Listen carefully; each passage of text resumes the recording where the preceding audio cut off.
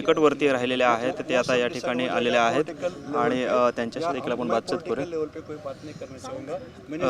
खरं तर आत्ताच अजितदादांच्या तिसऱ्याचा विधी जो आहे तो पार पडलेला आपल्याला पाहायला मिळतोय आणि अजितदादांच्या ज्या विधी आहेत त्यांच्या ज्या अस्थी आहेत त्या विद्याप्रतिष्ठानच्या परिसरातील झाडांमध्ये विसर्जित करण्यात येणार आहे। त्याचबरोबरीनं कऱ्हाण आणि नीरा संगम जो आहे त्या ठिकाणी या कऱ्हा आणि नीरा नदीमध्ये त्यांचं जे काही अस्थी आहेत त्या देखील तिथे सोडण्यात येणार आहेत आणि एकंदरीत या संदर्भात बोलण्यासाठी किरण गुजर जे आहेत ते आपल्यासोबत आहेत आणि त्यांच्या काय भावना आहेत नक्की त्या देखील आपण जाणून घेऊयात। अनाउंसमेंट होने वाला था नहीं, I don't tell any date, मैं नहीं बता सकता, लेकिन हो जाएगा क्योंकि कम से कम ये जो दुख का माहौल है वो तो जाने दीजिए। पार्टी का एक अंदर जो लोग हैं वो कह रहे हैं कि सुमित्रा पवार को डिप्टी सीएम बनाना चाहिए। नहीं, वो पार्टी की बात है, मैं खाली एंटायर फॅमिली के बारे में बोल रहा हूँ। धन्यवाद। किरण सर, मराठीमध्ये सांगाल की आज कशा पद्धतीचा विधी पार पडलेला आहे आणि काय नक्की या ठिकाणी अस्थि विसर्जनाचा कार्यक्रम झाला।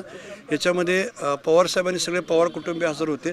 आपण या ठिकाणी अस्थि सगळ्या एकत्र केल्या, त्याच्यानंतर त्याच्यावरची शास्त्रोक्त विधी केले गेले आणि काठेवाडीजवळ कऱ्हा नीरा संगम आहे सोनगाव, त्या ठिकाणी अस्थिचं थोड्या प्रमाणातले विसर्जन आणि बाकी जी रक्षा आहे आणि असते ही विद्याप्रतिष्ठानच्या प्रत्येक झाडाच्या बुंद्यामध्ये जाऊन टाकली जाईल अशी व्यवस्था विद्याप्रतिष्ठानचा सगळं परिवार करत आहे। राष्ट्रवादी एकत्र येण्याच्या चर्चा आहेत त्या गेल्या अनेक दिवसांपासून होत्या, आता पवार साहेबांसोबत काय बैठक होईल का या संदर्भात, काय नक्की पुढची रणनीती असेल? आम्हाला अजून काय की आता आपण विधी करून अजून बाहेरच पडतोय, त्याच्यामध्ये अजून कुणी सावरलेलं नाही कुठल्या विषयामध्ये बोलण्याचं। पवार फॅमिलीमध्ये कुणी बोलत नाही, कारण दुःखाचा एवढा मोठा डोंगर सर्वांनाच कोसळला आहे आणि त्याच्यातून बाहेर पडायला थोडा एक काही तासाचा तरी अवधी पाहिजे, त्याच्यानंतर निर्णय होईल अशी माझी अपेक्षा आहे। धन्यवाद। नाही नाही नाही कुठल्या झालं नाही, काही माहिती जरी आली तरी पवार फॅमिली फक्त आता दुःखात आहे आणि त्याच्यामुळं दुःख सोडून कोण बैठक करत बसले ते तर संपू द्या।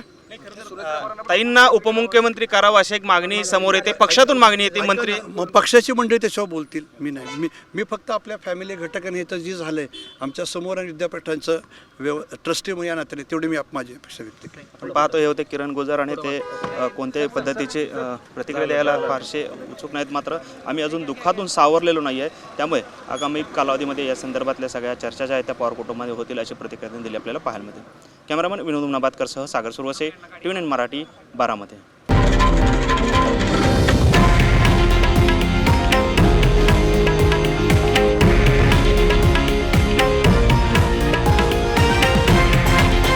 हे आहे देशातील नंबर 1 न्यूज नेटवर्क आणि आपण पाहत आहात TV9 मराठी, एकमेव।